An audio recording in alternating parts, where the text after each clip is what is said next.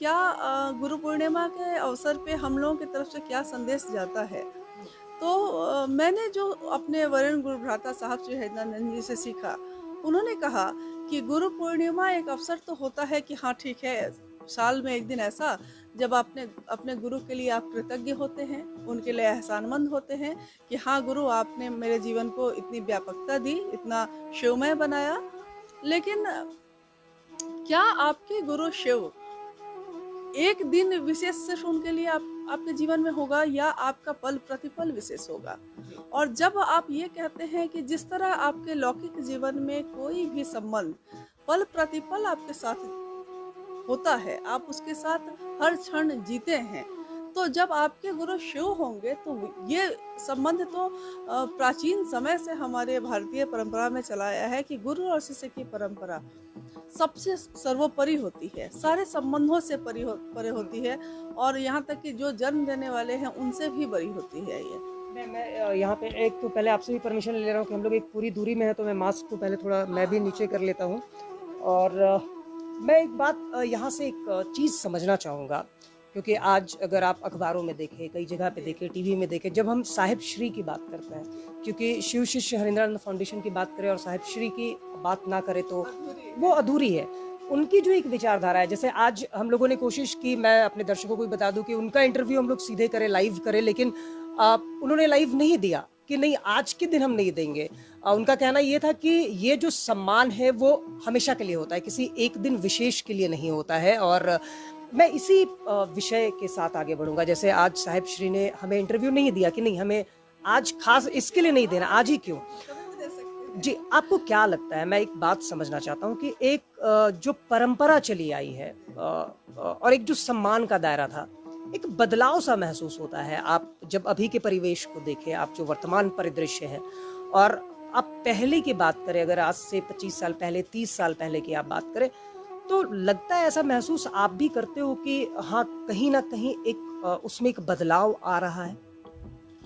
कहीं नहीं बहुत ज़्यादा बदलाव आ चुका है और हम लोग की कोशिश ये है कि फिर से उसी धारा में हम जी। लौटें जहाँ हमारी जड़ें हैं, हुँ, जहाँ हमारे भारत देश की संस्कृति बसती है हुँ, और जिसमें गुरु का स्थान सबसे ऊपर होता है। हुँ, यहाँ तक कि ये कहा गया कि गुरु आपने बताया कि ये गोविंद हैं, इसलिए पहला प्रणाम मैं आपको करता हूँ। हुँ, तो ये बहुत बड़ी बात होती है। ईश्वर का रास्ता दिखाने वाला गुरु सबसे ऊपर स्थान रखता है क्योंकि ईश्वर है, लेकिन मेरी आँखें उसको देख नहीं पाती, मेरा मन उसको महसूस नहीं कर पाता। हुँ, तो जो ये महसूस करवाता है, जो मेरे जीवन में ये बदलाव लाता है, हुँ। वो बहुत ऊँचा स्थान रखता है और उसके लिए मेरे मन में बहुत इज़्ज़त, बहुत सम्मान, बहुत कृतज्ञता होनी चाहिए। तो प्राचीन समय में हम लोग की बातें जब हम लोग सुनते हैं, पढ़ते हैं, अपने पूर्वजों से हम लोगों ने सुना या ग्रंथों में कहानियाँ पढ़ी, बहुत सारे ऐसे उदाहरण हैं। तो उसमें ये स्पष्ट था कि कोई भी बच्चा चाहे वो राजा का बेटा हो, चाहे वो एक किसान का बेटा हो, गुरुकुल में जाता था, एक परंपरा थी, गुरुकुल में जाता था, गुरुकुल में एक ही स्तर का जीवन जीता था, एक ही तरह से ज्ञान लेता था, ईश्वर की बात भी करता था, शैक्षणिक की बात भी करता था, आने वाले समय में अपने जीवन को कैसे गुजारेगा, इसके लिए प्रैक्टिकल बातें भी होती थी। तो ये उसके आगे के जीवन में काफ़ी लाभप्रद होता था। और अभी जो धीरे-धीरे परिवेश बदलता गया है, इसमें दोनों तरफ से गिरावट हुई है। जो गुरु के स्थान पे बैठे हैं उनके तरफ से भी, जो शिष्य के स्थान पे हैं उनके तरफ से भी। देखिए ये कहना बड़ा कठिन है कि ऐसा क्यों हो गया?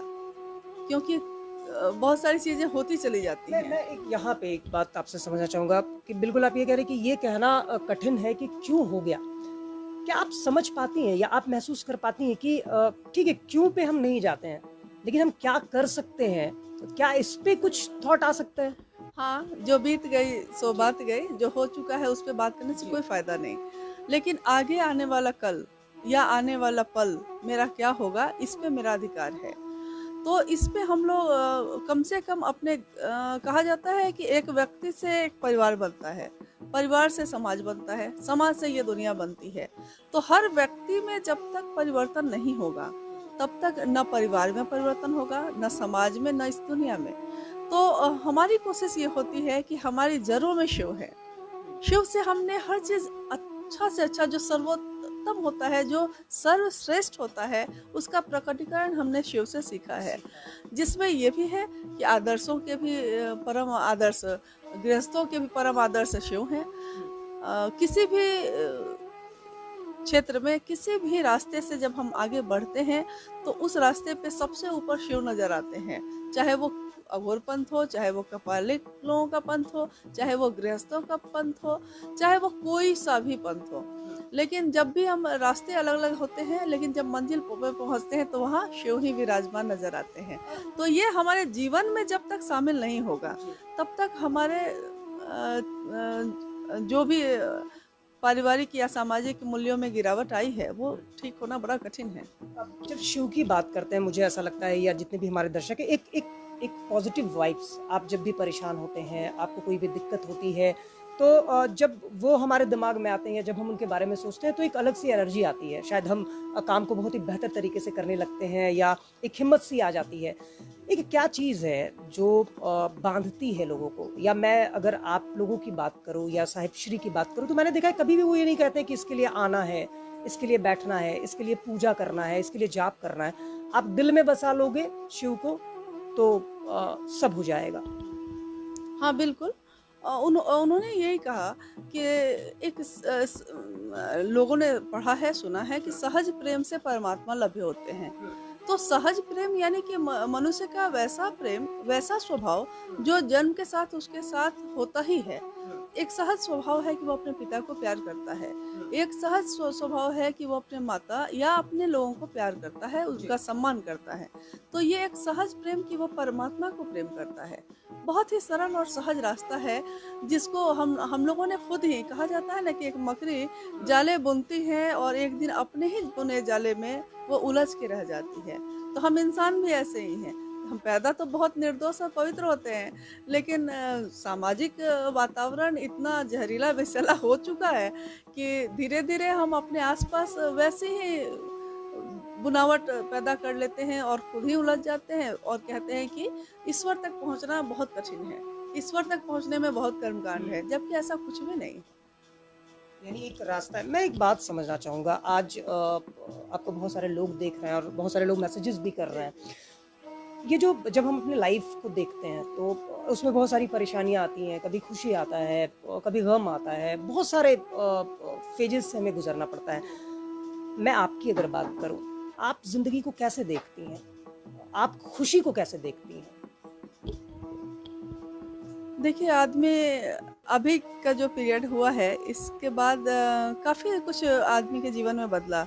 और जो मैं पहले देखती थी वो मैंने देखा कि आज बहुत सारे लोग खुद ही अनुभव कर सके इस बात का कि जीवन को जीने के लिए बहुत कम चीज़ों की ज़रूरत होती है। आज जब कोरोना महामारी आई और हम लोग अपने अपने घरों में लॉक्ड हो गए, तो हम लोगों ने देखा कि जीवन जीने के लिए ज़्यादा चीज़ों की ज़रूरत नहीं होती। भोजन की ज़रूरत होती है, एक घर पे छत हो और कुछ कपड़े हो। मतलब बहुत कम मूल्यों में, बहुत कम सामान के साथ एक सुंदर जीवन जिया जा सकता है और खुशी के साथ जिया जा सकता है। सेटिस्फेक्शन होना चाहिए। हाँ, संतुष्टि सबसे बड़ी चीज़ है। एक पौधा लगा के और उस पे 2 पत्तियाँ उगती हैं और आपका मन खुश हो जाता है। ये है आपकी अपनी खुशी। और जिसको आप बहुत बड़ी पार्टी करके भी शायद आपको उतनी खुशी नहीं मिले, जितनी उन पत्तियों के उगने से आपके अंदर लगता है जैसे कुछ उग गया। प्रकृति से हमारा जुड़ाव हमारे जीवन के बहुत सारी चीज़ों में खुशियाँ भरता है। ये प्राचीन समय से होता आया है। हाँ, हम लोग प्रकृति से जैसे-जैसे दूर होते गए, जैसे-जैसे कृत्रिमता की ओर बढ़ते गए ज़्यादा, वैसे-वैसे हमारे जीवन से खुशियाँ भी दूर हुई। तो हम आज ये कहते हैं, किसी दूसरे को दोष नहीं दे सकते हम कि हाँ, उसके कारण मेरी खुशियाँ नहीं हैं या मैं दुखी हूँ। सबसे बड़ा कारण तो मैं खुद ही हूँ अपने दुःख का भी, क्योंकि मैंने खुशियों को महसूस करना चाहा ही नहीं करना। यानी एक एक लेवल पे जो हमारी और आपकी थॉट होती है, जब एक जगह पे हम सोचना बंद कर देते हैं, शायद हम महसूस करना बंद कर देते हैं, तो एक परेशानी होती है। मैं एक बात और चाहूँगा कि बहुत सारे लोग जो आपको देख रहे हैं और बहुत सारे आपके गुरु भाई बहन जितने भी हैं जो आपके संस्था के साथ जुड़े हुए हैं, एक मैसेज आप लोग हमेशा कन्वे करते हैं। अभी एक बहुत ही मुश्किल दौर से पूरा देश, पूरा विश्व गुजर रहा है। कोविड की वजह से आप देखिए इतनी सारी परेशानियाँ आ रही हैं। ऐसे में क्या एक मैसेज होगा जो लोग आपको देख रहे हैं उनसे आप क्या कहेंगे? आज जिस महामारी से दुनिया गुजर रही है, ये काफ़ी कठिन समय तो ज़रूर है, लेकिन इस कठिन समय में अगर हमें बहुत मजबूत सहारा मिल जाए, हमें मतलब हमारे मन को, क्योंकि मन में अगर मजबूती हो तो कोई दिल्ली से 1400 किलोमीटर पैदल चल के भी अपने घर पहुंच जाता है। साथी है, उसके मन में एक दृढ़ संकल्प होना और उसके लिए क्रिया कर देना, कार्य कर देना, मतलब उसको मंजिल तक पहुंचाता है। यानी कि आज के परिदृश्य में हमारे मन को एक मजबूत सहारे की बहुत ज्यादा जरूरत है। हम कहेंगे कि ये मजबूत सहारा कहाँ से मिलेगा हमें? तो जहाँ अगर इस संसार में हम ढूंढते हैं इस सहारे को, तो संसार में सहारा मिलता जरूर है, ऐसा नहीं कि नहीं मिलता है, लेकिन कुछ समय के बाद आपकी उम्मीद पूरी नहीं हो पाती। तो ऐसा सहारा क्यों नहीं ढूंढा जाए जो हमेशा से था, है और रहेगा, जो शिव से ज्यादा तो कुछ भी नहीं हो सकता। उस महादेव का सहारा मेरा मन ले और इस जीवन को जीकर गुजर जाए। आना और जाना तो है ही, सबके जीवन में ऐसा है, लेकिन जीवन को जी लेना बहुत कम लोग कर पाते हैं। जीवन को गुजारना तो ज्यादातर लोग करते हैं। तो ये महादेव के सहारे के साथ आप बहुत सुंदर तरीके से कर सकते हैं। ये एक मुश्किल वक्त अभी गुजरा, अब धीरे-धीरे चीज़ें सामान्य हो रही हैं। ऐसे में आप लोगों ने भी बहुत सारे प्रयास किए, आप गाँव लोगों तक पहुँची हैं। मुझे लगता है कि एक ये भी चीज़ है कि हमें और आपको भी एक ऐसे सकारात्मक कोशिश, एक शुरुआत की ज़रूरत है, जहाँ पर हम एक-दूसरे की मदद करें। क्योंकि आज बहुत सारे लोग हैं जिन्हें मदद की आवश्यकता है। हाँ जी, बिल्कुल है। और जहाँ तक हम लोग चूँकि एक व्यक्ति की जो सीमा होती है, कुछ भी करने की, मतलब कुछ भी अगर वो करता है अपने जीवन में, तो एक सीमा तक ही कर पाता है। शरीर की एक सीमा होती है, क्रियाओं की एक सीमा होती है। लेकिन अगर हर व्यक्ति सजग हो, तो जो जहाँ है और सक्षम है, अगर वैसे लोगों की थोड़ी भी मदद कर सकता है, भोजन की व्यवस्था कर सकता हो, तो ज़रूर करनी चाहिए। उसके लिए जो भी ज़रूरी हैं, कपड़े हैं या संसाधन हैं वैसे, उनकी व्यवस्था वो कर सकता हो तो उसको ज़रूर करनी चाहिए। कोई नहीं जानता उसके जीवन में आगे क्या होगा। कहा जाता है कि आज आपने जो किया है वो कल आपको दुगुना होकर लौटेगा, लेकिन तब जब आपने आज किया है। यानी आज को हम अगर बेहतर बना रहे हैं और दूसरों के लिए भी बेहतर बना रहे हैं, तो ये जो कल होगा वो हमारे पास लौट के एक बेहतर मैसेज लेकर आएगा। शिव चर्चाएँ होती हैं आपके फाउंडेशन की ओर से, लाखों लोग आते हैं, लेकिन अब कोविड की वजह से ये 31 जुलाई तक आप लोगों ने इसे स्थगित रखा हुआ है, लोग आ नहीं। जी, देखिए, जब से मतलब ऐसा हुआ तब से साहब ने बहुत स्पष्ट निर्देश दिए। उन्होंने कहा कि शिव आपके अपने हैं, इसके लिए आपको भीड़ भी हो इकट्ठी और तब आप उनकी बात कर सकिएगा, ऐसी कोई ज़रूरी नहीं है। हाँ, ये है कि आपका गुरु और आपका रिश्ता जो है वो नितांत व्यक्तिगत होता है। और एक तरह से ये व्यक्तिगत भी है और एक तरह से पूरी तरह सार्वजनिक भी है, क्योंकि आप शिव की बात दूसरों से करते हैं। तो जिस तरह समय के साथ परिवेश बदलता है, वैसे आज के परिवेश में है कि शिव की चर्चाएं आप ज़्यादा से ज़्यादा टेलीफोन के माध्यम से कर सकते हैं, अपने घर के लोगों के साथ कर सकते हैं, खुद से, क्योंकि शिव को गुरु मान के हम 3 सूत्र करते हैं, जिसमें पहला है कि मन ही मन अपने गुरु शिव को कहते हैं कि हे शिव, आप मेरे गुरु हैं, मैं आपका शिष्य हूँ, मुझ शिष्य पर दया कर दीजिए। तो ये बिल्कुल आपके गुरु और आपके बीच का मामला है। ये आप कहीं भी अकेले में कर सकते हैं। दूसरे सूत्र में भी आप शिव की बात करते हैं, ये भी आप कहीं भी कर सकते हैं। तीसरे में शिव को नमः शिवाय से प्रणाम करते हैं, मन ही मन प्रणाम करते हैं, तो प्रणाम आपका मन करता है, ये भी आप कहीं भी कर सकते हैं। तो इसके लिए कभी भी जब साहब श्री हरिनानंद जी ने कहना शुरू किया था 1980 के दशक में कि शिव जगत के गुरु हैं, लेकिन हमारे आपके गुरु हो सकते हैं, तो उस समय वो क्या उनके साथ कोई भीड़ थी? वो अकेले थे। उनकी बात में उनके दिल की आवाज़ थी, लोगों ने सुना, लोगों ने समझा, शिव की बात थी, न उनकी बात थी, न दूसरों की बात थी। तो शिव की बात करने वाले की बात दुनिया सुनती है और ग्रहण भी करती है। इसके लिए भीड़ का होना कोई ज़रूरी नहीं है। तो आज के परिवेश में मेरा कहना है कि साहब की ये इच्छा है, साहब का निर्देश है कि हाँ, हम सभी शिव से या जिसने भी शिव की बात दूसरों से करने का संकल्प लिया है, वो कभी ये नहीं सोचे कि बड़े बड़े महोत्सव होंगे तभी शिव की बात हो सकेगी, या संगोष्ठियाँ होंगी, या साप्ताहिक चर्चाएं या एक दिवसीय चर्चाएं होंगी।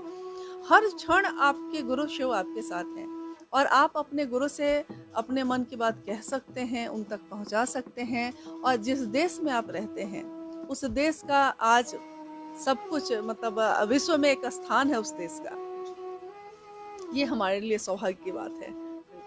तो ये एक मैसेज है और शिव एक ताकत है। अब ये बहुत ज़रूरी है कि अभी इस मुश्किल वक्त में ये घड़ी है कि हम सभी मिलकर ये प्रार्थना करें कि ये जो मुश्किल दौर से पूरा विश्व गुजर रहा है उससे जल्दी से जल्दी हम निकल सके और इस महामारी को ख़त्म कर सके। अब बहुत अच्छा लगा आपसे बातें करके, और एक ये उद्देश्य था समझना कि जब हम गुरु की बात करते हैं तो वो क्या मायने रखता है और आज के परिदृश्य में हम कैसे देखते हैं। एक अंतिम मैसेज जो लोग आपको देख रहे हैं उन्हें आप क्या देना चाहेंगे आज के दिन में? देखिए, मैं तो यही कहूँगी कि गुरु एक ऐसी सत्ता है जो हमारे जीवन को देखने का नज़रिया बिल्कुल स्पष्ट करता है। जिस तरह से आपने सुना है, कहानियों में सुना है कि अर्जुन को पता था कि मछली की आँख कहाँ होती है, तो ये उसके गुरु ने उसको सिखाया था। उसके अंदर भी कुछ था, उसने सीखा भी, ग्रहण भी किया। तो जब गुरु कोई ज्ञान देते हैं तो वो ये भी देते हैं कि आप अपने जीवात्मा के तौर पे अपने जीवन की यात्रा कैसे कर सकते हैं, और आपका मन बिल्कुल स्पष्ट होता है कि किस तरह से और क्या आपकी मंजिल है। तो मेरा ये कहना है कि सबके साथ रहना है, लेकिन सबके लिए सिर्फ होके नहीं रह जाना है। ये वरेण्य गुरु भ्राता साहब हरिनानंद जी हमेशा कहा करते हैं कि आप भीड़ में रहिए या अकेले में रहिए, सबके साथ रहिए, सबके लिए करिए, लेकिन आपने जन्म लिया है तो आपके जीवन का, आपके जन्म लेने का कोई उद्देश्य होगा। उस उद्देश्य को पहचानिए, शिव से इसके लिए दया की याचना करिए कि वो आपके उद्देश्य को पहचानने में आपकी मदद करें, और दूसरों के लिए भी जीना सीखिए, क्योंकि अपने लिए सब कोई जीता है। लेकिन क्या आपको ये अच्छा नहीं लगता जब आपकी कोई मदद करता है? क्या आपको ये अच्छा नहीं लगता जब कोई आपको देख के हंस देता है? मैंने कहा फूलों से हंसो तो वो खिलखिला के हंसती है। तो क्या आपको ये अच्छा नहीं लगेगा कि ये सारी दुनिया खिलखिला के हंस दे आपके थोड़े से प्रयास से, आपके थोड़े से मुस्कान से? तो अपने गुरु से आज के दिन मेरा यही कहना है कि हम सब पे वो दया करें और हमें जीवन जीने की दृष्टि प्रदान करें। चलिए बरखा जी, हमसे बात करने के लिए, ताज़ा टीवी को समय देने के लिए बहुत बहुत शुक्रिया। आंसू सावन में जलवा चढ़ाए देहब बाबा यो, आंसू सावन में जलवा चढ़ाए देहब बाबा यो। काच काल कनिया एगो हो, काच काल कनिया एगो भेटाई देबै बाबा यो। आंसू सावन में जलवा चढ़ाए देहब बाबा यो, आंसू सावन में जलवा चढ़ाए देहब बाबा यो।